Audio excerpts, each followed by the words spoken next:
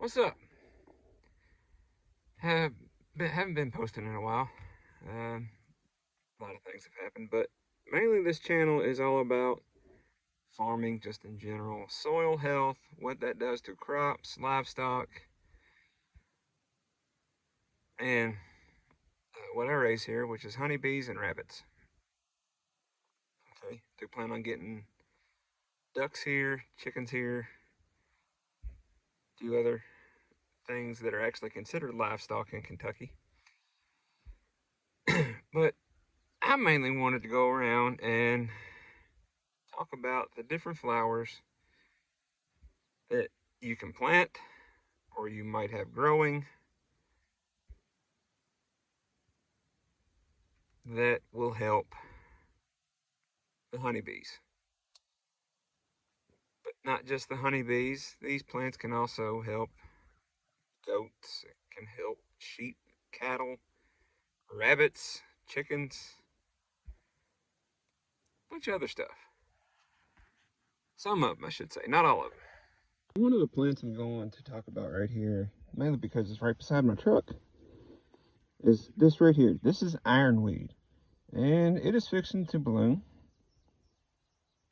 Now, ironweed does not produce a whole lot of honey.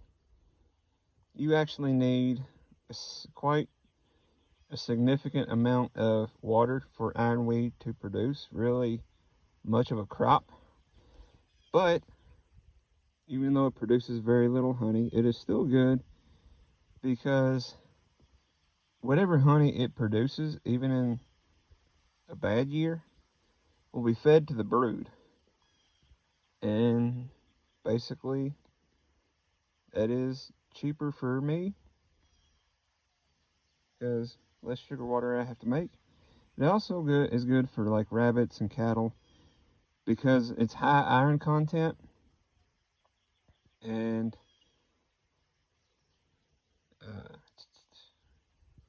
the reason why they call it ironweed because it's got a lot of iron in it.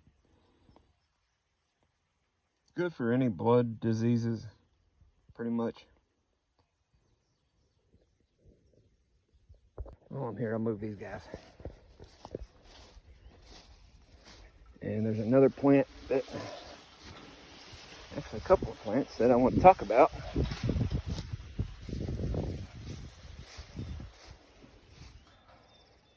Here. These rabbits go from down past where that chicken feeder is a little bit. They got moved all the way to Davy Day to here. Just turning around and coming back. But this right here, okay, this is just wild carrot, and this is actually good for not only the honeybees, but it's good for the livestock. Lots of vitamin C, beta carotene. You know, pretty much anything that's in a carrot will be in its leaves too. And doesn't produce a heavy nectar flow. Okay, it'll produce a nectar flow. You can get a crop of honey off of this, but it'll take it a while, and you need a lot of it. Like, I'm talking fields of it, not just patches here, patches here, patches here. You need a lot of it, but it blooms basically like those white flowers over there. See if I can, yeah, I can zoom in on it. Not pretty good, but that is wild carrot blooming right now. Produces a tremendous amount of pollen, though, and pollen is needed. So,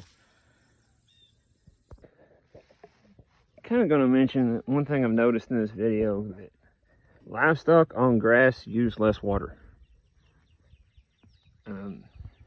Mainly because the water content in the grass that they're eating, but they use a lot less water. So, yeah. Right here is another plant. Grass out of the way. And that is red clover. Now, this plant will not produce any sort of honey crop whatsoever. The honeybees does not have that long of a proboscis or tongue. Hibiscus, I'm not entirely sure how you pronounce it now, to actually get down into the flower to suck up the nectar. But there are other types of clover, Dutch white clover, crimson clover, which is a form of red clover that they can actually get to.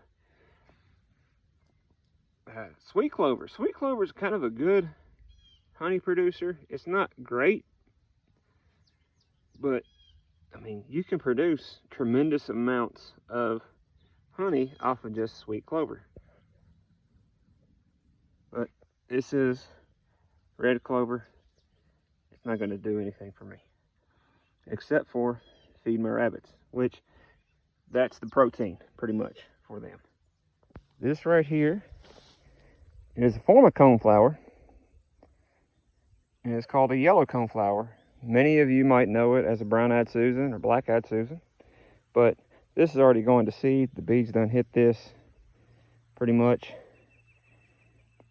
But I still got some around here that is like that patch there. There's one flower stalk on there. There's several out in here that it's good for bees. Produces a lot of nectar. Just one plant can produce about a pound, not a pound, half a pound roughly. In a good year, in a great year, this thing will produce a pound and a half of a nectar flow. It's also got a taproot of about 3 to 5 feet down, so it is pulling up minerals that stuff like clover and the wild carrot cannot get to. And the ironweed only produces a taproot of about 3 to 6 inches. But it also has, ironweed also has a wide spreader root. So, but this is pulling up minerals from down deeper in the soil that the other plants can't get to, storing it in its leaves. So when this dies and decomposes, it'll actually produce a healthier soil than what shallow rooted plants can. And just looking around, I got a lot of coneflower. So hopefully we get some good days. The bees can actually get to this and all the other ones that are still in bloom. And hopefully won't have to feed as much. I almost forgot trees. Okay. Behind that chicken coop there, which is where I plan on putting ducks, I've already got some rabbits in there, is a walnut tree. Now, different weather patterns of different areas affect the nectar flow on your trees. For example, walnut trees will bloom late in June-ish, early July. They don't really produce a whole lot of nectar. Okay. Matter of fact, some walnut trees will not produce nectar at all, but what they will produce is a ton of pollen. And pollen is good for bees because they need that to produce brood. Sorry, got distracted. They also need that for overwintering, as pollen is important to bees' health. It provides the protein that the bees need to regenerate muscles, much like we need protein to regenerate our muscles. They need it to regenerate theirs. Okay, this one, good for bees, bad for livestock. That one right there, that orange flower, that is called butterfly milkweed. I'll show you another milkweed that I had a ton of. But this is a good nectar producer. It'll produce, one plant will produce roughly half a teaspoon of nectar in a good year. In a bad year, it will not produce very much, but that is bad for livestock. That is poisonous, actually.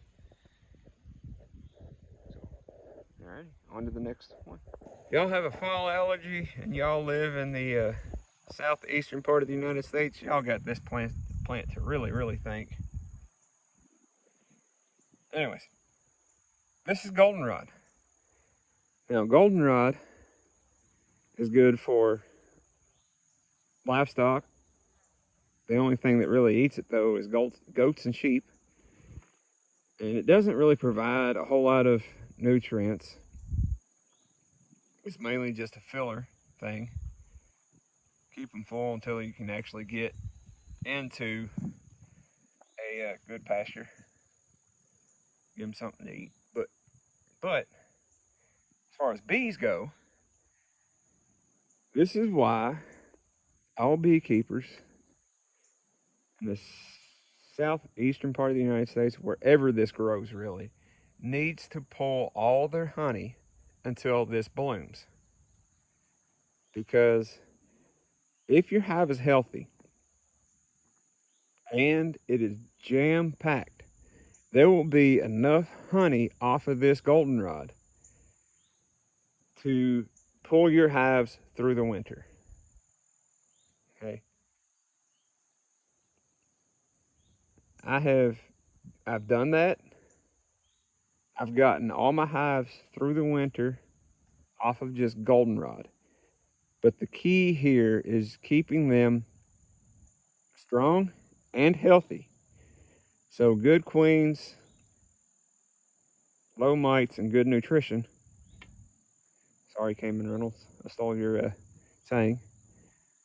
But that is key in order for them to actually collect enough nectar off the goldenrod, I should say. There's another flower in there, another plant in there, but I can't find it, but it's called Dutch aster. Those two plants right there will get your hives through the winter. Now, we are going to go to another plant, which is a tree that, well, let's just say late winter, early spring. Okay, this next one I could not find, but I know I got it. The reason I can't find it is there is a lot of foliage kind of in the way, but I know there is one here somewhere in there, closer to the corner. Somewhere there is a maple tree. Okay, now maple trees are significant to bees. Okay, they'll provide shade with livestock, but they are significant to the bee itself because maples bloom in a cycle.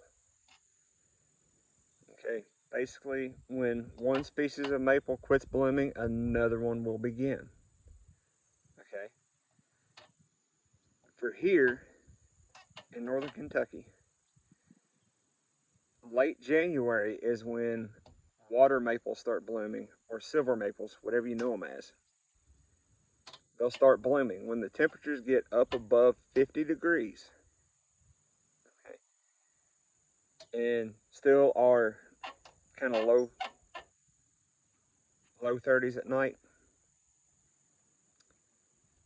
Basically when the sap collection, people are going out there with their buckets. That is when honeybees will be out there collecting nectar from the silver maples, water maples, whatever you know them as. Now, when that's done, because basically you just got a 2-week window of good weather for them to actually collect the nectar off of that. Okay? 2-week window. Then sugar maples will start blooming. That is when sap collecting is pretty much done. They will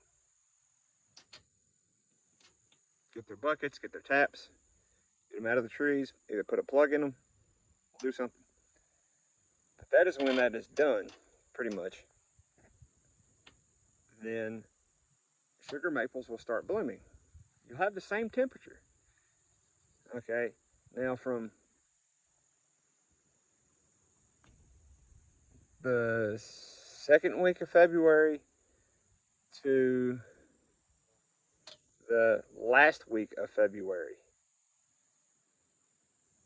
that's all the window you got to collect the nectar from the sugar maples.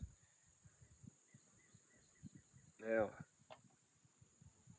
you probably will have to feed dry sugar from late February to about late March, somewhere around in there.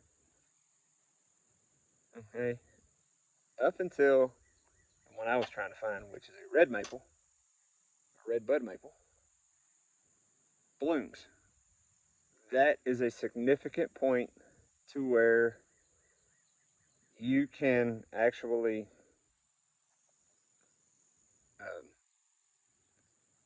beekeepers, I should say, can actually switch from a dry feed, a sugar bricks, mountain camp method, whatever they're feeding dry sugar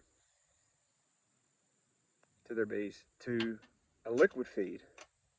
And the reason that they do this is because April is kind of rainy. My hair is on point today. Simba is on point. Anyways.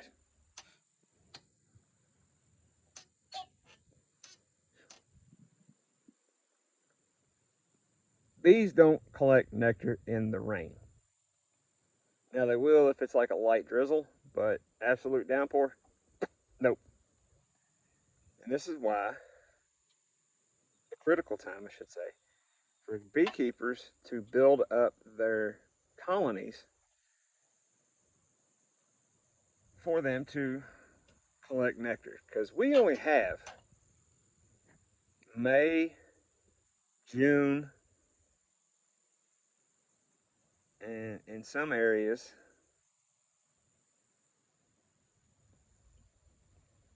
on into July. That's it.